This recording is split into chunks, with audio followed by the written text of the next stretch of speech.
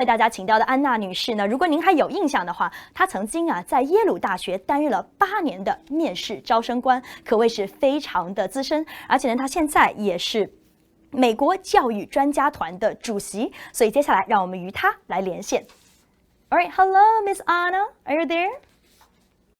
Hi, Cao Cao. How are you? I'm doing great. Sharp today. Can you hear me? Yes. Can you hear me now? All right, let's bring yours. Okay, let's work. Thank you. Thanks for having me. And yes, let's go right into it because the SAT and the ACT is causing a lot of confusion. Why is this not working? Yes, there we are. Good, thank you. So let's hope that it continues to work and we can have this conversation because it's important. Overall, most kids at this point say that they're not going to take the SAT, they're not going to take the ACT because they don't have to. And isn't that the most wonderful news in the world? And I wish I could say, yes, it is, but it isn't, unfortunately. Well, fortunately, too. If you were from some of these states, for example, if you had to go, because you live there, and you had to take the SAT in Alabama, in Colorado, in Missouri, in Nebraska, and Utah, there's all sorts of states. I would say, no, you don't need to take it because it's really too dangerous. But we are in great shape over here in the NYU area. And more importantly, I've spoken to the people at SATs that provide them, and also the ACT people. I've actually talked to them, and they're working really hard to make this very safe. So since so many students are going to be taking it, even though it is optional, I still feel now more than ever you should take the SAT or the ACT. Let me show you slide number 2, skip number 1. Slide number 2, you can see all these incredible schools that say it's optional.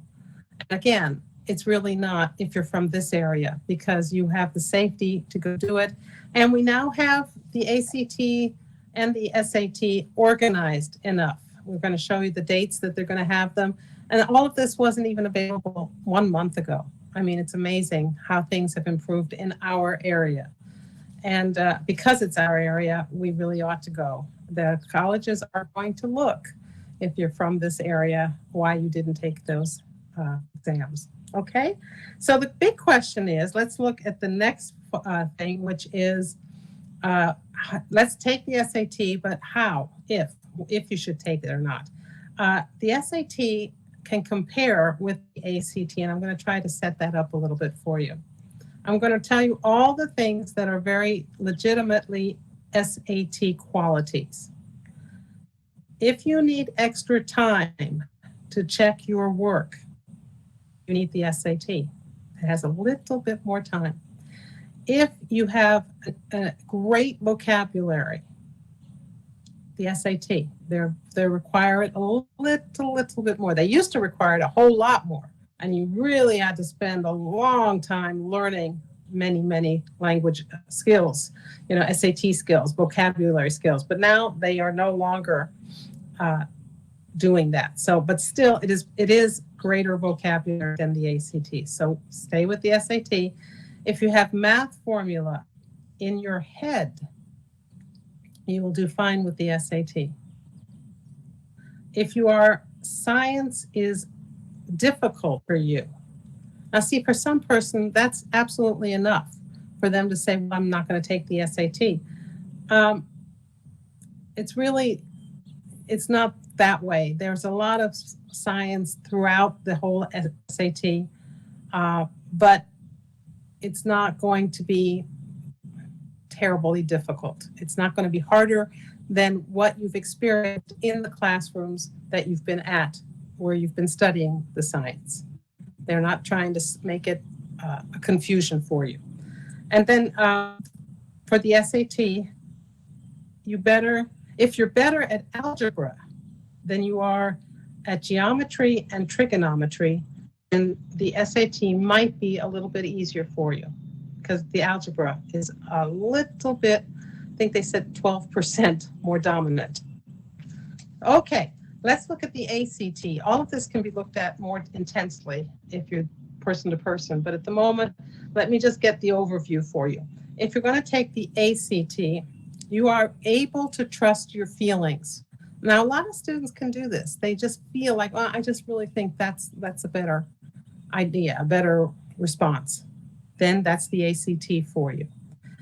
You like using the calculator at math. Yeah. If you're comfortable with your calculator, the ACT is there for you. Your ACT is also if you are great at science. Well, I've had students disagree with me on this because they've come back and said, it really isn't the kind of science that's that hard. So saying that I'm great at it is hardly relevant. You are better at geometry and trigonometry than algebra. That's the other way around than we had at the SAT. So with the ACT, if you are better at geometry and trigonometry than algebra. So that's something to know for yourself. And then in ACT, if you can retake the individual sections, they've just done this for starting September. Yeah, the September year is the beginning where they're going to try to give everyone a permission possibility of taking apart a section of it again. So that might be a consideration. If your grade was not quite as high as you wanted to be and it was just one section that gave you a hard time, then study that section, take it again. That's what they're trying to make possible for you. Let's look at, I've really been bad at this. Can we go now to the SAT dates? Those are important. I don't know, because I can't see what you're showing, so I have no idea. The slide, can you show me the slide, or someone the slide for the SAT dates, please? They're August 29th, September 26th, October 3rd, November 7th, and December 5th. Okay.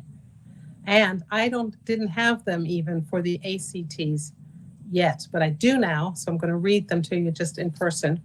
They have September 12, 13, 19, and October 10, 17, 24, 25, and they're begging you, if you're going to do the ACT, to go to www.act.org, and they will have more tests literally by the day. They're trying to figure out how to give you more tests week by week. I really feel that this is an important decision.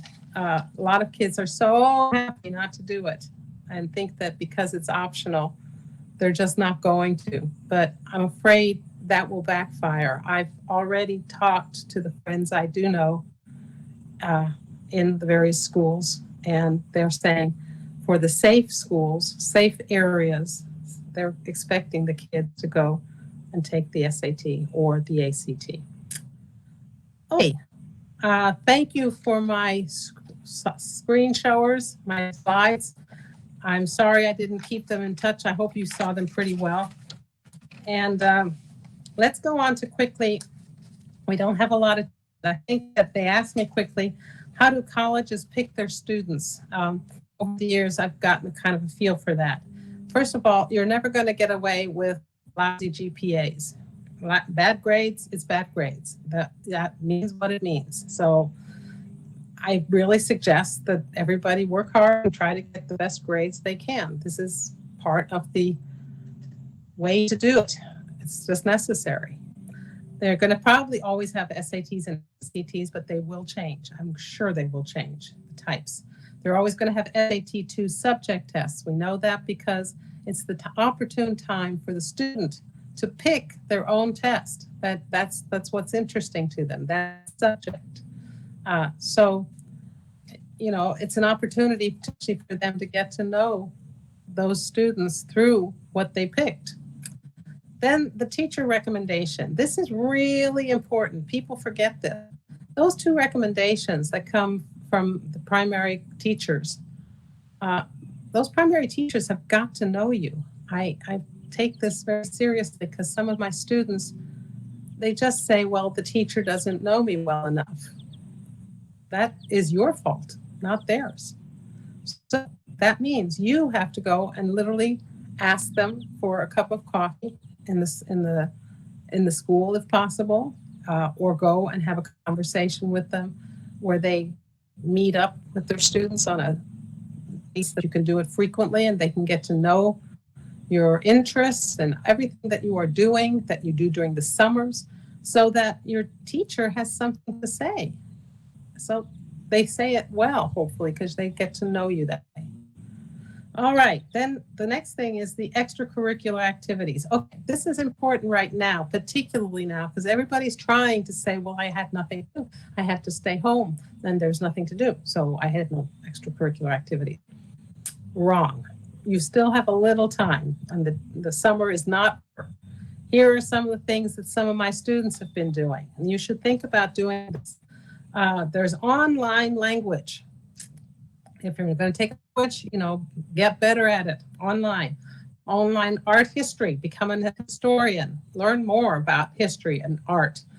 There's a study, the music. There's a whole music division of the online. You can go find at the Metropolitan Opera, which would usually cost you maybe $200-300 per show. They're showing it for free. I mean, seriously, if you want some interest in something different. If you are an artist yourself, or if you're a musician yourself, you should be practicing and getting your YouTube for the music lined up so that you can send a link to the various old fake persons' homes. Not saying that right, but where they would enjoy the music very much. It would, make them happy to hear it. It doesn't have to be perfect for them. And yet you can also tell the schools, colleges, that you have done something worthwhile during this pandemic. So it's important that you think about how could you help other people if you already know how to perform and you already know how to do art. Those are two things that are available for people who need some uplift. I have something very important called the HUD page.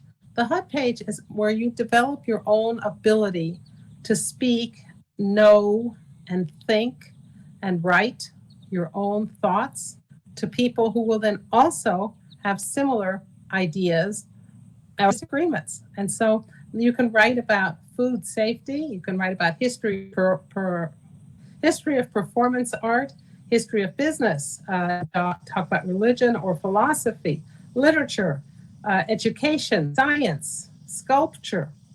That's just a few. There's so many more. So this gives you a chance to start becoming articulate and opinionated and an individual. And so I'm suggesting this HUB page is something you do and then speak about it, write about it for colleges to see. When you have 10 possible activities that you've done, one of them that's very legitimate. And again, it doesn't mean going out and being not safe. It means staying home and being safe, but you're doing something intellectually very stimulating. Okay, now we've gotten to the extracurriculars. This is all part of my what I call pizza pie, how to get into college. Number 6, essays. Yes, let's do one. I found one because I thought it was so interesting. I know absolutely everybody wants to go to Yale. Since I went, I'm very proud of that and I'm very happy about that. But it's hard to get into because there are so many people in this area that want to go to Yale. So I'm going to write something here. It's the Yale Short Takes. What is the best piece of advice you have received in the last years? While walking in the street, my dad started dancing to music he heard. When I begged him to stop, he said, "The whole world's dancing, honey. You've got to join in sometime." I think that's just a fascinating response. We get to know her relationship with her father and that she was embarrassed, which is absolutely normal, but that she also picked this as the best advice. And so we understand that the whole world is dancing and you've got to join in is the advice that she's taking to heart. So in a few tiny little words, she's giving us so much information about who she is now and how she's trying to be exceptional, to dance, to be different. I think it's wonderful. The other thing was that from Yale, and what do you wish you were better at doing or being? And I have a response. I wish I were better at saying sorry. Sometimes I say it too often, and others times not enough. Striking the right balance is no easy feat, but is incredibly important. Now, I think that Yale loves thoughtful kids. You have to be thoughtful because it's not all about the grades, and it's not all about taking SATs. It's about who you are. And so when you say, write a response that's literally a few words long, and yet you say something like this, it gives them a real sense that, yes, it is hard to say, I'm sorry. Oftentimes we just rather not do it. And two, we can sometimes say it too much and it drives somebody crazy.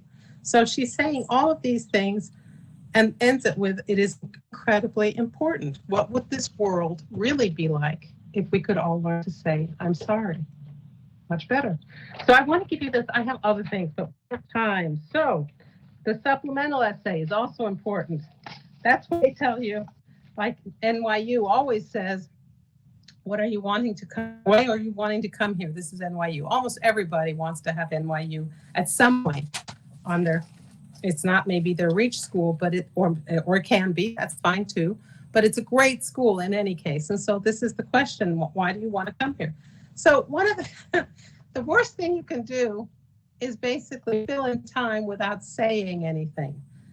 To say something, you have, why are you going to the NYU? Why are you going to any college? You are going there for its classes, for its professors. That's going there. You're not going there because it looks nice or because it is, or it's because there are specific things that excite you about that place. And you need to tell us, or them, what it is. And I think that's part of the research and part of, going abroad, which eventually will become feasible again.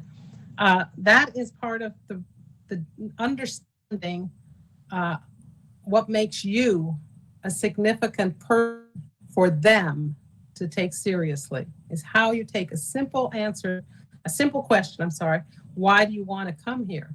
And that seems very basic. And you fill that up with such insight into what school is about and what aspects of it mean something to you that have to take you because they are convinced it is the right place for you. So that's one of my things. Okay, then finally we get to, number 8. We've done a pizza pie. Notice I like pizza, so here we are, pizza pie. All the various parts. The edge of the edge. What can you do to impress or surprise them? If you do anything during summer and write about it, a little bit about that, that is part of the edge. You've done something unusual. It is easy to stay home and do nothing. If you have the arts on your side, you can do painting, anything like that, and you show it. That's good. Music, if you can play piano and anything, and show that to them, impressed. Also your language. Many of your students here are bilingual. Not something to take for granted. Being bilingual is cool. So you have something special. It doesn't feel like it in this neighborhood. Everybody speaks 2 languages at least, but that's not the way the United States is. And so language is good. But then we get to your interview. Yes, that is really important. That's what I love to talk about because I'm not going to talk about it too much today. We really just don't have time. But let's just say you're super, super shy. And what are you going to do in an interview? You just can barely talk. Here's the thing. You go in and you stay a quiet, calm person, but you're prepared with questions to the interviewer. When did they go to that school? What was their major? What did they really enjoy taking other than their major in that school? What were some of their extra interests in that school? You start having a conversation with someone who understand very quickly that you are yourself are shy. But because of the questions, they understand also your interests and that you are trying. And that is really speaks a lot. It speaks volumes. So I suggest you take an interview even if you are shy. And if you're outgoing and talkative, then get an interview where you have the opportunity, even if the person asking you is not asking great questions. Say to yourself, this is my opportunity, maybe my only opportunity to impress this school. I want them to know me. And so you tell them about what you've done this summer, whether he or she asked you at all. Just because it was so exciting, I have to tell you about what we did this summer online.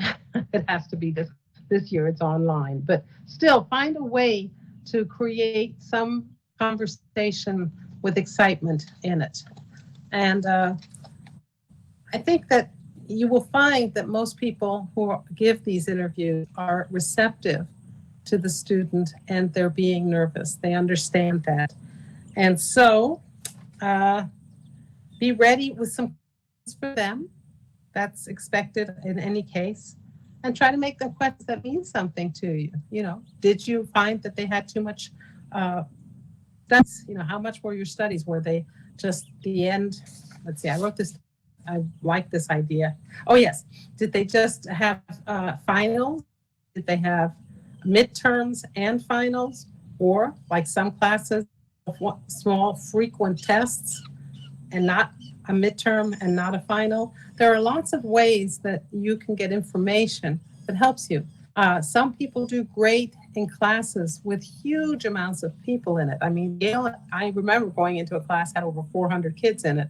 And I thought, oh my God, that's a lot of people. They worked it out. Then I think my time is actually up. I know this is a little insane to get information to you so quickly. However, would you have questions or interests, you are welcome to ask me during the questions and answers. And I want to thank very much McDonald's, who do this every year. I've done it several times with McDonald's, and I thank them for doing this. And World Journal, they're just terrific. I really appreciate their help making all this possible. And if you have also questions about some of the things I'm saying, you can go to www.aeeny.com. Oh, and we have someone who's speaking Chinese. That's my partner. So you can call 917-373-0907 and speak Chinese if you prefer.